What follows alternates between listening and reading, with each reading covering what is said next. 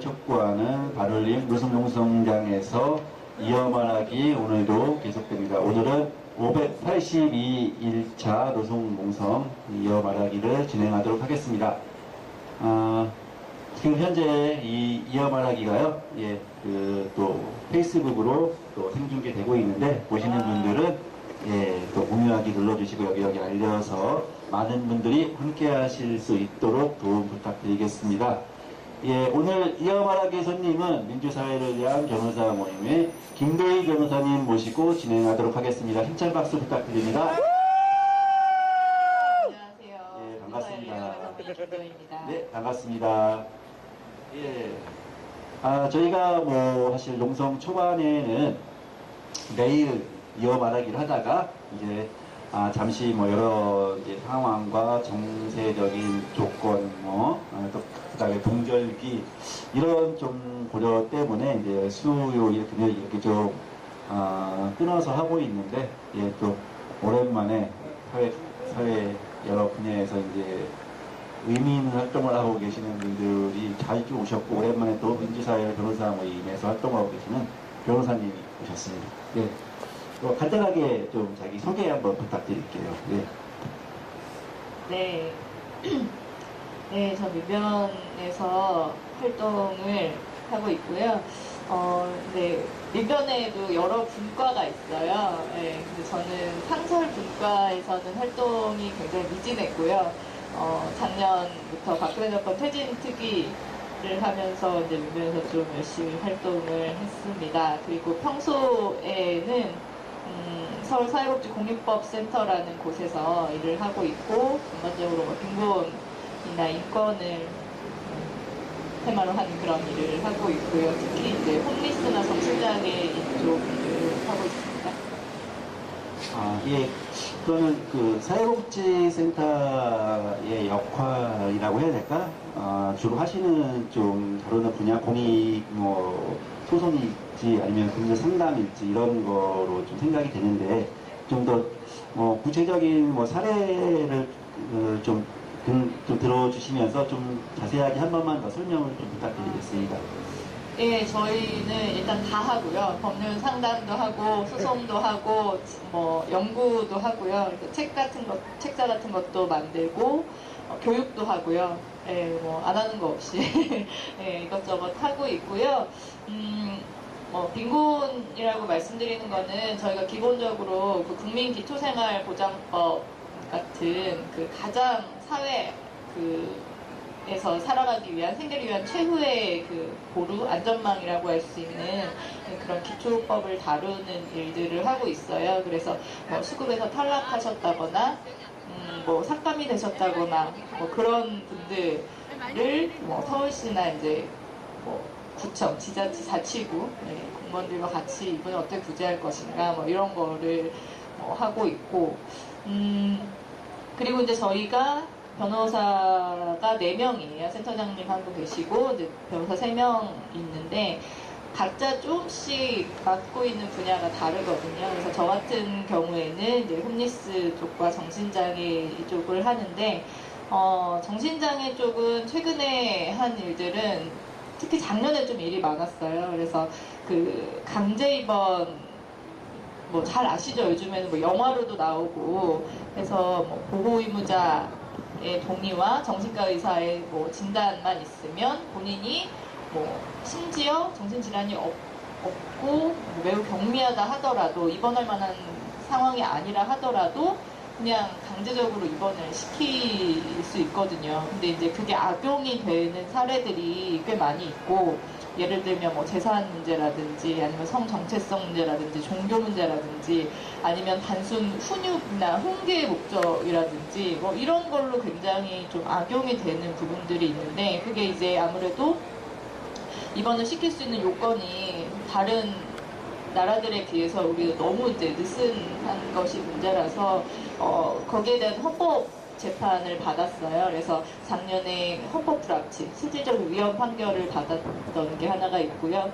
또 그리고 이제 약간 맞물려서 그런 입원 문제라든지, 그리고 이제 문제는 그분들이 입원이 부당해서 혹은 불법적인 입원이라서 퇴원을 했는데 지역사회에서 살아야 되잖아요. 근데 장애인들도 살기 어렵지만 정신장애인은 지금 더 힘들거든요. 법적인 문제예요. 예를 들면 장애인복지법이라는 게 장애인복지 전반적인 걸 다 다루고 있는데 거기에는 그 장애인 영역에 15, 16개의 장애인이 있어요. 그래서 뭐 무슨 우리가 흔히 알고 있는 그런 장애들뿐만 아니라 뇌병변 장애 무슨 이런 것뿐만 아니라 뭐 장기, 뭐 신장이나 간장애 뭐 이런 것도 있고 정신장애 그 중에 하나로 들어가 있거든요. 게다가 정신장애는 다 중증 장애예요. 그래서 1, 2, 3급인데 그럼에도 불구하고 장애인복지법에 의한 혜택을 거의 못 받고 있어요. 네, 그게 왜 그러냐면 정신장애 너희들은 정신보건법이 있으니까 거기서 받아. 우리는 너희한테 줄 게 없어. 라고 해서 아예 정책 소관부처라고 해야 되나요? 그런 법을 다루는 부처들이 있잖아요. 근데 정신장애인은 보건 쪽에서 하고 있는 거예요. 그래서 복지에서 많이 배제돼 있어서 아무래도 지역사회에서 살기 훨씬 어려워요. 예, 그래서 저는 뭐 그런 것 때문에 더 끌렸던 것도 있고 해서 그런 내용들, 입원 제도라든지 그다음에 지역사회 복지 서비스라든지 이런 것들을 좀 더 보강한 법이 지난해에 통과가 돼서 네, 이번 곧 이제 5월 30일 날부터 시행이 됩니다. 그런 예, 말씀 들어보니까 어쨌든 이게 저희가 상당히 정신장애, 그 언론에서 표현하는 것은 조현병, 이렇게도 표현을 하는데, 이런 분들에 대해서 또 막연한 두려움을 또 가지고 계시는데, 그분들의 사실은 이제 상태라든가, 그 여러 가지 취미가 있을 거고, 다양한 분이 계실 거고, 각각에 맞게 이제 치료가 필요하고, 또 우리 사회에서 가능하면 어울려 살 수 있는 그런 이제 인권이 실현될 수 있는 방안들이 마련되어야 할 텐데, 이제 그런 관련된 일을 좀 앞장서서 해주시는 것 같고요. 관련해서 사실은 최근에 이제 여러 가지 불미스러운 이제 사고라든가 그런 것이 있어서 사실은 일반 시민들 같은 경우에는 두려움이라든가 이런 것도 있고, 그래서 이제 사실은 격리해야 되는 거 아니냐 이런 이제 인식들이 또 많이 확산되기도 했던 것 같아요. 이런 인식을 갖고 계신 분들께 좀 어떻게 좀 정신지체를 갖고 계신 분들을 우리 이웃으로 좀 받아들이면서 또 그분들이 좀 아픈 부분은 치료를 하고 또 우리가 살 수 있는 부분은 또 우리 같이 보듬어주면서 같이 살 수 있는 사회를 만들어야 할 텐데 그런 관점을 좀 어떻게 하면 주변 시민들에게 잘 설득할 수 있을지 좀 좋은 방안이 있을까요?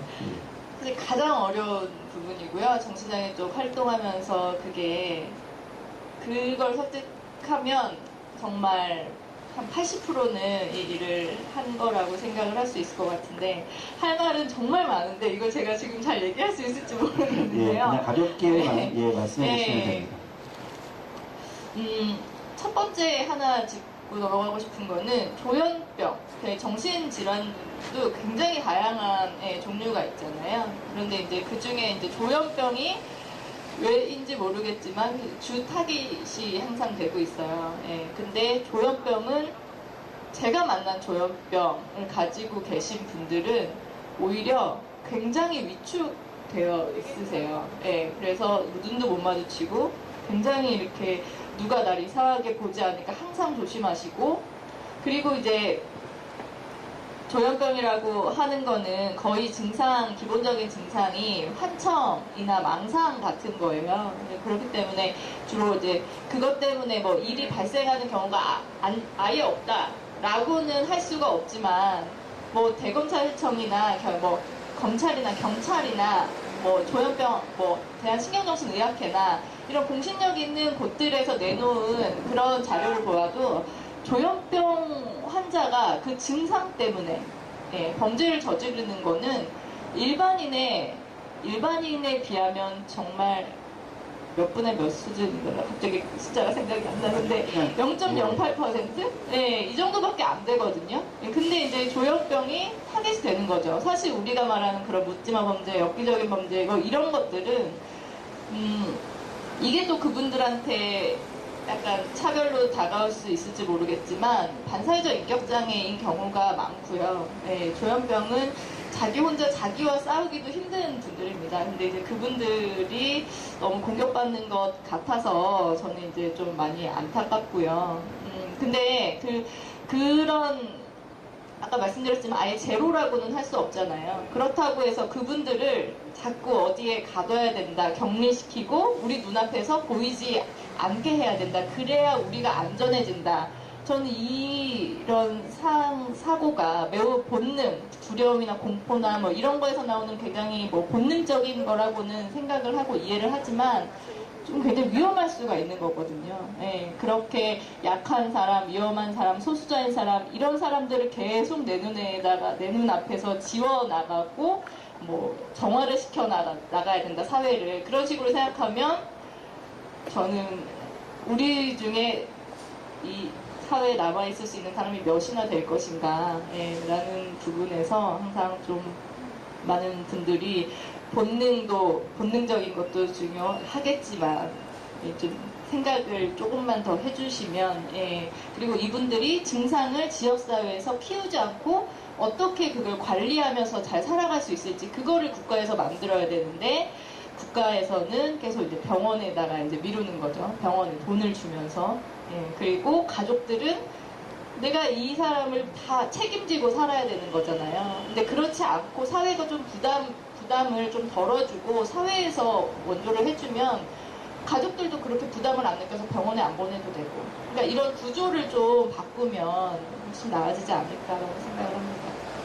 뭐 다른 이제 사회복지 분야에서도 동일한데 사실은 가족에게 한국 사회 복지라는 게 가족에게 떠넘기는 구조여서 정신 지체가 있으신 분들에 대해서도 사회적으로 좀 관심을 갖고 치유하고 또 이제 정말 어쩌다가 한 번씩 일어나는 그런 불미스러운 일을 또 방지할 수 있는 그런 역할을 국가와 사회가 좀 해야 하는데 지금까지 그러지 못하고 오로지 이제 그 개인 이제 당사자들 가족에게 떠넘겨 왔기 때문에 더 문제가 해결되지 않고 이제 확대되고 있는 게 아닌가 그런 것을 우리가 함께 좀 해결해 나가야겠다 이런 좀 말씀을 하셨던 것 같고 좀 더 빠른 시일 내에 좀 그런 좀 사회 구조가 좀 확립이 되었으면 좋겠다라는 생각이 들게 되네요.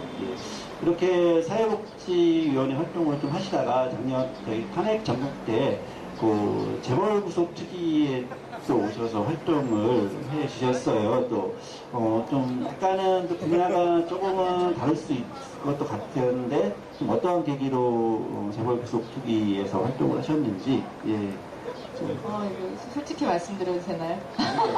솔직하게 다 영상에 거짓말 탐지기까지 되고 있어서 솔직하게 말씀해 주셔야 됩니다. 이렇게 말하면 안 되는데. 일단은 그러니까 뭔가 굉장히 일이 터질 때마다 굉장한 무력감을 느끼면서 많이 지냈어요. 학교 다닐 때 뭐 용산도 그랬고 뭐 개인적으로는 뭐 미디어법 같은 거 통과될 때도 정말 막 부들부들 이렇게 그랬었고 근데 이번에도 뭐 그전까지도 참 못 살겠다 말은 했지만 그래도 이렇게 뭐 내가 할 일이 또 있을 거야 라면서 살고 있었는데 그 10월에 그 태블릿이 터진 다음에는 또 굉장한 분노와 무력감과 이런 것들이 이렇게 엄습을 하면서 정말 잠이 안 오더라고요. 그래서 그때 메일을 딱 열었는데 민변에서 특위를 만든다라고 해서 사실 민변과 그닥 친하지 않았음에도 불구하고 아무도 시키지 않았는데 제가 그냥 가서 자원하신 겁니다. 앉아 있었죠. 거기까지 되게 자발적이었는데 그 다음에 이제 그래서 민변에서 하는 거는 또 굉장히 그냥 뒤에서 하면 되는 일들이었죠. 그냥 논평을 쓰고 뭐 고소고발할 때 이렇게 고소고발장 쓰고 뭐 성명 쓰고 뭐 이런 주로 쓰고 이렇게 협동 작업으로 해서 협업으로 해서 쓰고 이렇게 하면 되는 일이었는데 자료 정리하고 이런 거였는데 이제 우리 저희 선배님들께서 하고 이제 하나씩 아유 회의를 민주노총에서 하는데 너희 사무실이 근처잖아. 이러시면서 회의 한번 나가봐 내가 초대할게 라고 해서 이제 초대를 처음에 해주신 게 재벌구속 특위였고 그 다음에 이제 또 법률팀에도 예, 초대가 되었고 그러면서 이제 자연스럽게 합류를 하게 됐는데 근데 그렇게 들어가게 되기는 했지만 사실 저는 제가 활동한 거에 비해서 재벌특위에 굉장한 애착은 있었습니다. 열심히 많이 잘했습니다. 아니에요.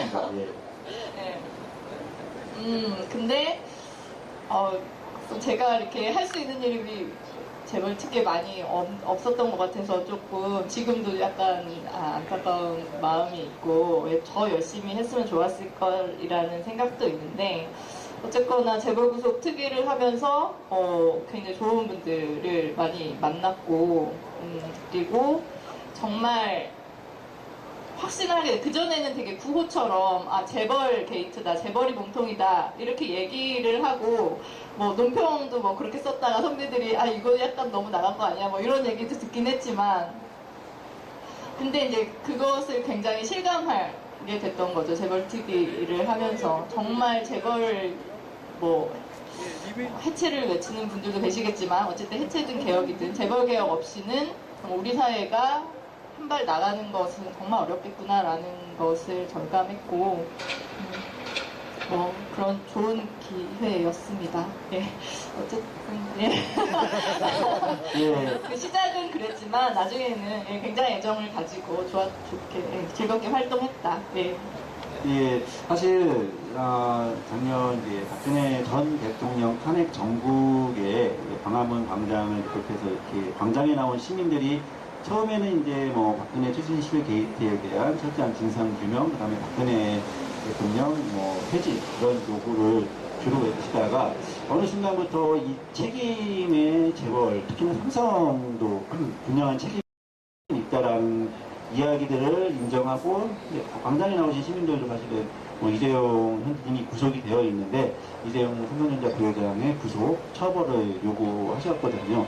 이 이야기가 사실 처음 나올 때 이제 일반적으로 좀 다는 아닌데 많은 이제 변호사님들은 사실 약간 이제 회의적이신 분들이 많으셨어요. 법률적으로나 뭐 여러 가지 조건상으로나 구속될 수 있겠느냐 이제 그리고 뭐 노동조합 활동가들이라든가 시민사회자 활동가들은 제가 봤을 때 그냥 막연하게 의지로 구속시켜야 한다 이렇게 말씀해 주신 것 같은데 아무래도 조금은 차이점이 좀 있었던 것 같은데 어떠세요? 좀 본인은 좀 그 당시에 그 시점으로 봤을 때 초기에 이제 그 회자돼 이재용 부회장의 구속 여부가 회자되던 시점에 그 시점으로 봤을 때 구속이 가능하다고 생각을 하셨는지 뭐 아니면 이런 판단의 차이가 좀 오는 게 혹시 좀 어떤 이유가 있을까 우리 전문가들과 일반 활동가들과 예.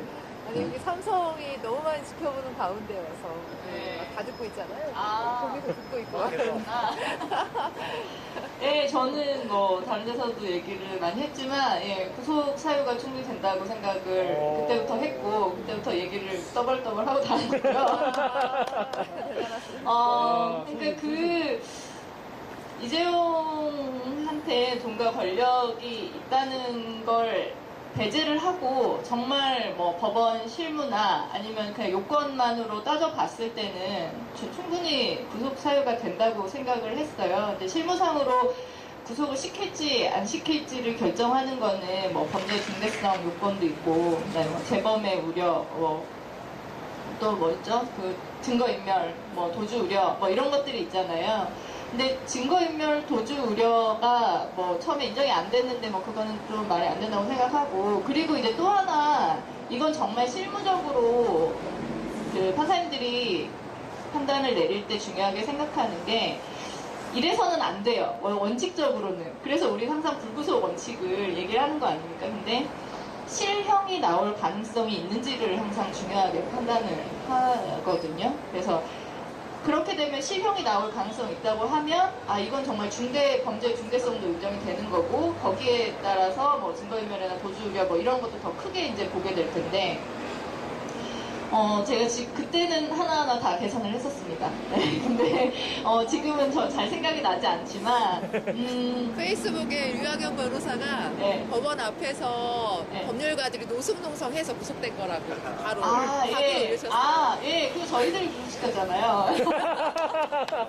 유학연 변호사가 여기서 또 숟가락을 하나 얹고 류학연 변호사님 정말 열심히 하셨죠. 거기 계신가요? 농담입니다. 그래서 그런 실형이 나올 만한가, 혹은 그 부역자들이 같이 범한 그 범죄가 집행유예가 아닌 실형이 나올 수 있는 것인가. 그래서 가중사유, 감경사유 이런 거 이렇게 따지면서 이거를 그냥 판사님이 그냥 이렇게 넌 가중해야 돼, 너는 괘씸하니까 더 해야 돼, 아니면은 줄여야 돼 이렇게 하지 않거든요. 이제 체크리스트처럼 가중사유 뭐뭐뭐 있고 감경사유 뭐뭐뭐 있는데 그런 거 다 체크해서 거의 공식처럼 나오는 겁니다. 그래서 그런 양형 사유나 이런 거에 대한 보고서가 아니라 책자 같은 것도 있고, 그래서 그거에 근거해서 따져봤을 때 저는 이건 충분히 실형 가능성이 있고 다른 증거인멸이라는 도주력 우려도 당연히 있기 때문에 구속이 가능하다라고 생각을 했죠. 근데 맞아요. 많은 분들은 회의적으로 보셨고요. 네. 네, 그래서 저희가 기각이 됐을 때 너무 붕괴한 거 아닙니까? 당연히 돼야 되는데 안 돼서. 그래서 노숙농성을 해서 그래서 구속을 시켰죠.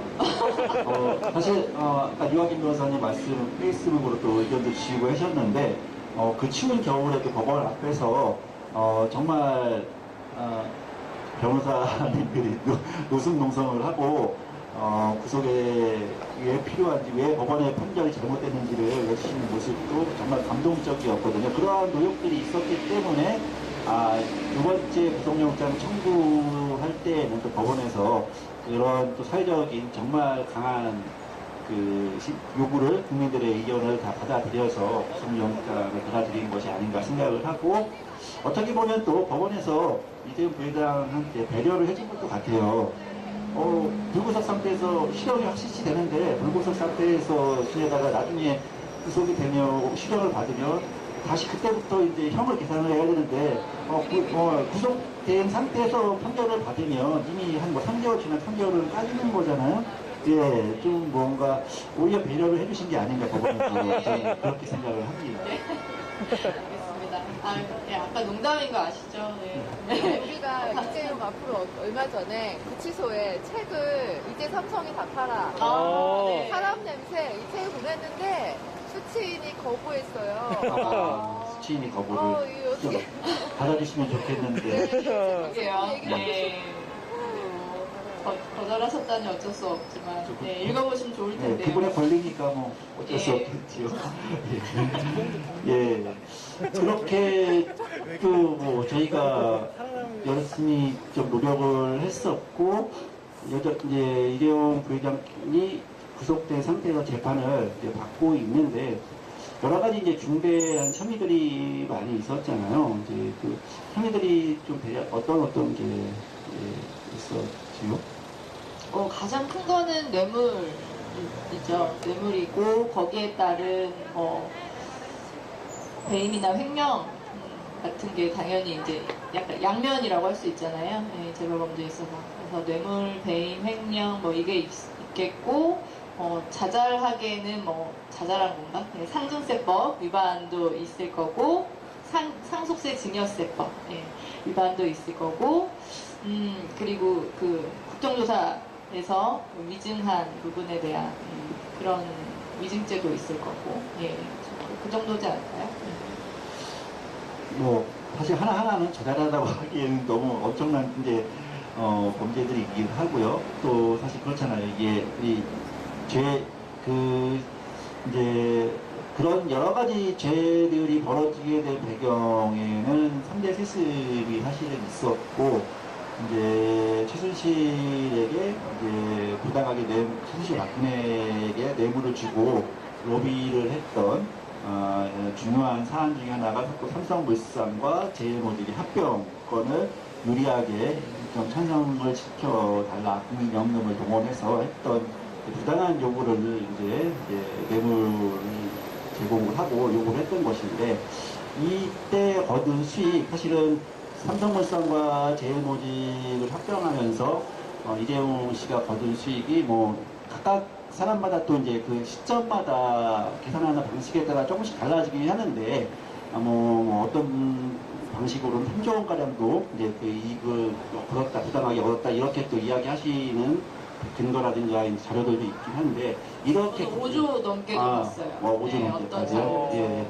그래서 그런 범죄 수익을 또 환수해야 한다라는 이제 움직임도 지금 진행이 되는 것으로 알고 있는데, 이런 것이 어떻게 혹시 법적으로는 가능한 것이고 어떤 의미가 있는지 한번 좀 말씀을 부탁드리겠습니다. 어떤 의미가 있는지를 말씀드리면, 그냥 가장 직관적으로 제가 늘 하는 얘기는 돈으로 흥한 자는 돈으로 응징해야 된다라는 것이고, 이거를 조금 풀어서 얘기를 하자면 범죄 유인을 막아야 된다라는 것이거든요. 그러니까 우리가 흔히 뭐 감옥에 5년 살고 오면 10억 내지 한 50억 준다. 그러면 사람이 생각을 하게 되잖아요. 예. 근데 지금 이거는 그렇거든요. 불법이나 탈법 해서 벌금 뭐 몇천억 내고 한다고 해도 자기에게 돌아오는 수익이 있으면 한다는 거예요. 게다가 우리나라는 그런 채권이나 이런 돈 문제에 대해서 굉장히 관대한 편이잖아요. 그렇죠. 그래서 저는 뭐 범죄 유인을 막고 다시는 뭐 이런 범죄 재발하지 않게 하기 위해서는 뭐 이런 범죄로 인한 재산이나 뭐 이득 취한 것을 당연히 다시 받아내야, 그래야 이런 거 하면 머리만 아프고 몸만 힘들고 돈은 안 되는구나, 이런 인식을 쌓아줘야 그런 일이 다시는 발생하지 않을 수 있다라는 거에 좀 의미가 있는 것 같고요. 지금도 범죄수익은리규제법이라는 법은 있어요. 예, 그런 중대한 뭐 재산범죄 같은 것으로 수익을 뭐 얻은 경우에 그거를 환수할 수 있거든요. 근데 문제는 그 범죄수익은리규제법은 형사가 확정돼야 되는 거예요. 형사처벌을 받아야 뭐 그 부가형으로 몰수를 한다든지 할 수 있는 건데, 지금 우리가 알고 있는 많은 사건들이 그 범죄수익은리규제법으로 환수를 하지 못해요. 왜냐하면 형사적으로 범죄가 확정되지 않아서, 예를 들면은 그 피고인이 혹은 혐의자가 사망한다거나 공소시효가 지났다거나 뭐 해외로 도피를 한다거나 아니면 돈을 해외로 또 빼돌린다거나 뭐 이런 경우들에는 사실 하기가 힘든 거예요. 입증 책임도 검사가 다 입증해야 되는데 그런 것도 어렵고, 그래서 그렇게 형사적으로 형이 확정되지 않아도 민사적으로 범죄 수익을 환수할 수 있는 방법, 그리고 입증 책임을 굉장히 환수하는 쪽에 유리하게 입증 책임 때문에 우리 항상 재판에서 많이 지잖아요. 반올림 누구보다 이제 잘 아실 테지만. 그래서 그런 것들을 골자로 하는 그런 특별법이라고 해야 되나? 아니면은 그런 민사 환수에 대한 그 일반법, 이런 것들을 만들어야 될 필요가 있고 충분히 만들 수 있다라는 것이고요. 이미 그 성안은 다 되어 있습니다. 법안은 되어 있어서 통과를 시켜야 되는데, 이게 이제 정권도 바뀌었으니 밀어붙여야겠죠, 너. 예, 사실 이제 항상 역대 정권도 그렇고 물론 국회의원들도 그렇지만 어쩔 수 없이 이제 재벌들의 눈치, 특히나 삼성의 눈치를 많이 보기 때문에 개혁적인 입법, 그다음에 엄정한 법 집행이 사실 어려웠던 것이 사실이잖아요. 하지만 이제 올해 이제 바로 이제 오늘 새벽 이렇게 새 정부가 이제 출범을 했고, 그리고 이제 개혁적인 정당이라고 하는 정당들의 이제 의석수도 이제 그렇게 적은 편은 아니기 때문에 이제 엊그제까지는 여소야대였는데 이게 잠깐 정권이 바뀌면서 똑같이 여수야 되는데 이게 어떻게 되는 여수야 되는지가 약간 헷갈리게 되는 그런 상황이 또 발생을 하는데요. 어쨌든 그래 또 광장에 이제 힘을 얻고 정권 교체를 이룬 정당과 대통령이라는 평가를 받고 있잖아요. 그래서 이 해 정부가 어떤 이런 좀 촛불 민심의 요구들을 받아서 이번 재벌과 관련된 특히 삼성과 관련된 개혁적 과제들을 잘 수행하고 처리를 했으면 좋겠다라는 생각이 들고 이제 김도희 변호사님이 소개해 주신 그 재벌 범죄 수익 환수와 관련된 조치들 내지는 지금 현재 20대 국회 제일적인 법들에 대해서도 좀 통과를 시켜서 집행이 될 수 있고 정의가 새롭게 좀 실현될 수 있도록 했으면 하는 그런 바람을 가져보는데요. 어떻게 좀 이번 새 정부가 좀 잘 할 수 있을 것 같습니까? 네, 아니 뭐 제가 어떻게 알겠습니까? 네, 저는 뭐 지금도 그냥 그냥 긴장하면서 그냥 보고 있는 거고요. 뭐 해줄 거라고 뭐 아주 뭐 강하게 믿고 그런 건 아니고요. 네, 다 저희가 할 수밖에 우리가 다 같이 할 수밖에 없는 거라고 생각하고. 그리고 하나 말씀드리고 싶은 거는 지금 뭐 제가 이 법을 통과시켜서 범죄수익 환수해야 된다고 말씀은 드리지만 이 법이 아니더라도 또 할 수 있는 방법들, 현행법적으로 할 수 있는 방법들도 있거든요. 네, 그래서 아까 말씀드린 범죄수익 은닉 규제법으로 이제 환수하는 방법도 있고 이재용 그러려면 이제 빨리 형사 확정 판결 받아야겠죠. 네, 이렇게 해서 환수하는 방법도 있고 또 국민연금이 또 몇천억대의 손해를 그렇죠. 받잖아요. 네, 그 국민연금을 압박해서 국민연금이 이재용한테 소송하게 해야죠. 네, 그것도 있을 거고 뭐 피해본 주주들, 소액 주주들이 같이 이제 또 이재용에게 뭐 손해배상 청구를 하는 방법도 있을 거고 네, 그런 여러 가지 것을 동시다발적으로 해야 된다.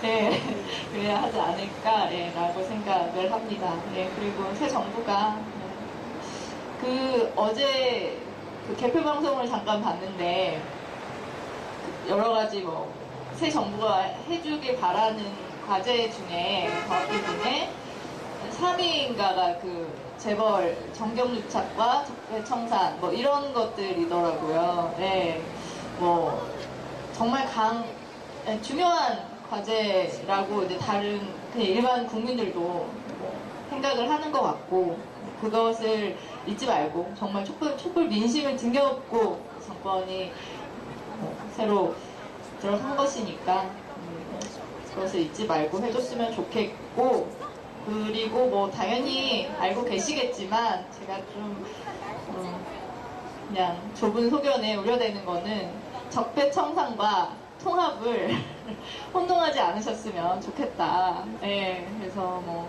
이번에 뭐 총리 지명을 하신 것도 통합을 위해서 그렇게 했다라는 것도 뭐 이해가 가는 부분이 있지만 통합은 통합이고 그리고 우리가 정말 끊고 가야 되는 것들 더 이상 싹이 자라지 않도록 싹을 남겨놓지 말아야 될 뿌리를 뽑아야 될 과제들은 또 다 정리를 하고 가야 되는 거기 때문에 그걸 통합이란 이름으로 이렇게 버무려서 넘어가는 일은 없었으면 좋겠다라는 바람입니다. 예, 맞는 말씀이신 것 같아요. 사실 아무래도 새 정부가 이제 정치적으로 조금 자유한국당이든지 기존의 보수 세력에 비해서 좀 세력이 약한 것은 어쨌든 사실이고 이제 그 박근혜 퇴진 이후에 그 탄핵 이후에 여러 사회적인 분위기가 개혁과 적폐 청산의 요구가 크긴 하지만 이제 정부 점을 운영하다 보면 아마 많은 반대와 정치적인 그런 압박 이런 것이 들어올 거라고 저는 생각을 합니다. 그때 새 정부 새 대통령께서 그것을 이제 김도희 변호사님 말씀하신 것처럼 이제 통합이라는 이름으로 어리버리 이렇게 넘어가시거나 정치적으로 타협하려고 하시는 그런 모습을 이제 보여주지 않으셔야 하지 않을까 그렇게 생각을 하고 올바르게 개혁을 추진하고 올바르게 국정을 운영한다면 이번 촛불 광장에서 시민들이 보여준 것처럼 적극적으로 지지할 분들은 많이 있습니다. 그리고 그런 힘을 그 개혁의 대통령 회동부의 개혁을 지지할 힘들이 존재하고 있기 때문에 그것을 잊지 않고 좀 더 적극적으로 개혁 과제를 좀 이해를 하시기를 부탁을 드리고요. 어떻게 뭐 사실 그새 정부의 이제 뭐 집권당이 이제 민주당이 되겠는데 이제 대선 직전에 이제 민주당 을지로위원회하고 이 삼성 직업병 문제 해결을 적극적으로 좀 이제 추진하겠다, 해결해 나가겠다라는 그런 또 협약식을 반올림과 을지로위원회가 진행한 바도 있거든요. 사실 뭐 법적 구속력은 없는 거죠. 그게 협약식이라는 게 정치적인 아무래도 법적 구속력까지 있었으면 좋겠지만 안타깝긴 한데 좀 그런 약속도 좀 잘 지켰으면 좋겠고 어떻게 이제 그런 여러 가지 상황이 좀 이제 희망적으로 보이긴 하는데 이 삼성 직업병 문제가 좀 해결이 되기 위해서 좀 이제 앞으로 우리가 좀 어떠한 것을 좀 하면 좋을지 이런 좀 어려운가요? 질문이? 삼성 직업병 문제를 해결하기 위해 뭘 하면 좋을지요? 어려운 패스하고 꼭 해야 되는. 창피한데. 그냥 그러니까 사실 원래 이제 제 말은 그러기 위해서 좀 삼성에게 따끔한 말씀 한마디 좀 해줬으면 좋겠다 이렇게 쉽게 가려고 했던 건데 말이 제가 중간에 꼬이면서 어려운 질문으로 이렇게 갔어요. 여기서 그 홍보까지는 아니지만 저희 다 부모님도 삼성 다니셨었고요.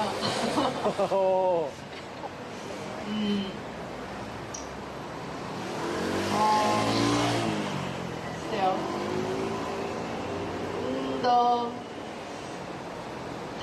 뭐지? 삼성을 위해서라도 위선적으로 들릴지도 모르겠지만 삼성을 위해서라도 지금 이대로는 안 될 거라고 생각을 합니다.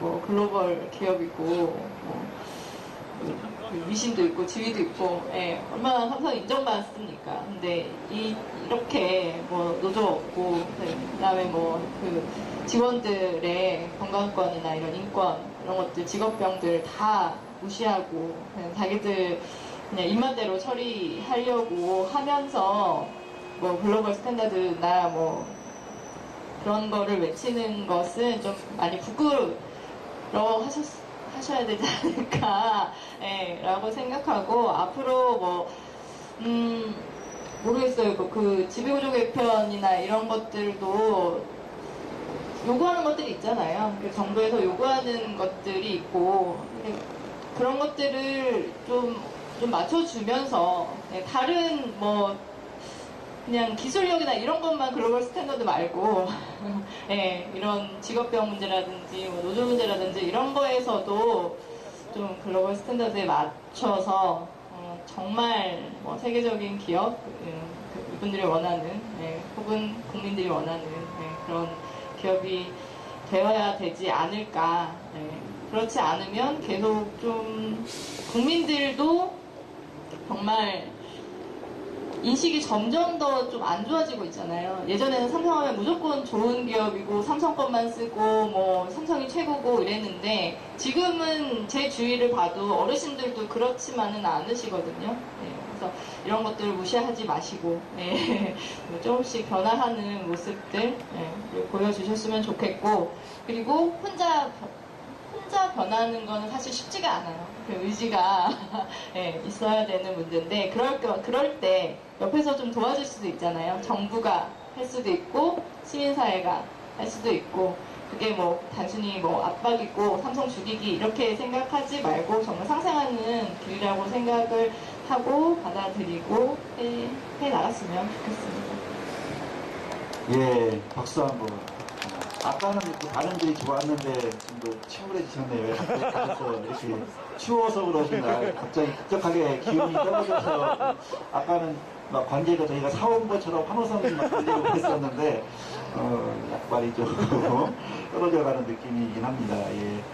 사실 저희가 농성을 시작하면서 끊임없이 이야기했던 거예요. 삼성을 위해서 하는 이야기가 삼성이 진정 글로벌 기업으로 성장하고 남고 싶으면 스스로 이야기하는 글로벌 스탠다드라는 것을 좀 새롭게 좀 깨닫고 국제적 기준, 인권 기준, 그 다음에 기업의 지배구조와 관련된 부분도 국제적인 기준에 맞게 투명하게 좀 경영하고 노동인권 지키고 노동자의 생명 존중하고 그런 것이 진정한 글로벌 스탠다드이고 장기적으로 삼성이 세계 시장에서 살아남을 수 있는 길이라고 저희가 끊임없이 이야기를 사실은 해왔어요. 그래서 저희는 삼성이 망하라고 이야기하지 않는다라고 항상 이야기를 했기 때문에 저희의 진심을 삼성이 좀 알아주셨으면 좋겠고 저희는 그런 측면에서라도 삼성 직업병 문제는 반드시 좀 해결되어야 하고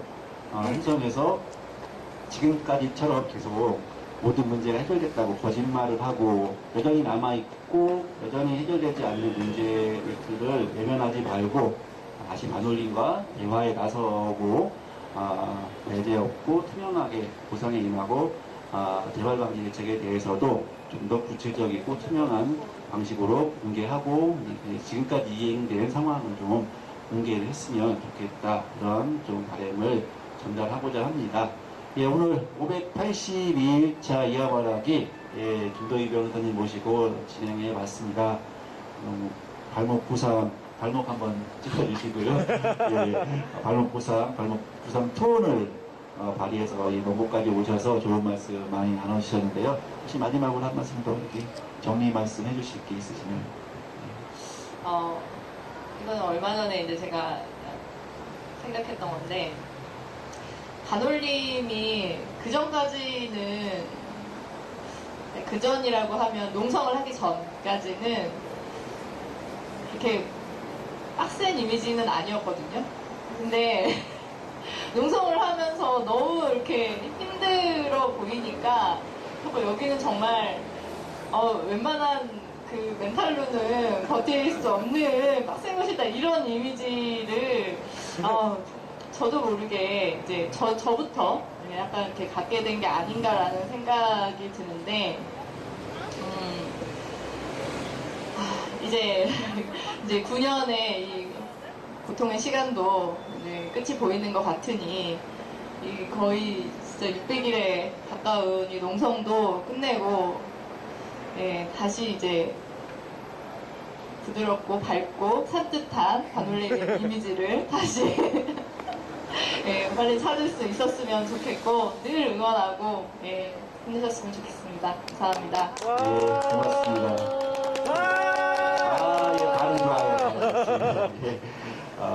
웬만한 멘탈로 힘들 거라고 하셨는데 사실 다들 유리 멘탈이에요. 강화 유리 멘탈이라서 다 보이지만 튼튼한 속이 보이지만 튼튼한 분들이고 그러니까 쉽게 저희가 포기하지 않으니 삼성에서 저희가 웬만하면 그냥 물러날 거라고 생각하지 마시고 다시 저희의 이야기를 귀 기울일 것을 요청드리고요. 이제 점점 해도 길어지고 날씨도 더워지고 있습니다. 하늘도 오늘은 미세먼지가 없어 청명한데 앞으로도 이런 날씨가 좀 계속되었으면 좋겠고 그래야 저희가 농성을 하기 편하기 때문에 하늘에 좀 그런 또 바람을 좀 전달해보고 아까 페이스북에 의견 남기신 유하경 변호사님은 어제 이어말하기 오실 것을 한번 약속을 해주셨으면 좋겠습니다. 부탁드리겠고요. 오늘 다시 한번 김도희 변호사님께 이어말하기 손님 와주신 거 감사 인사드리면서 582일차 노동농성 이어말하기 마치도록 하겠습니다. 감사합니다.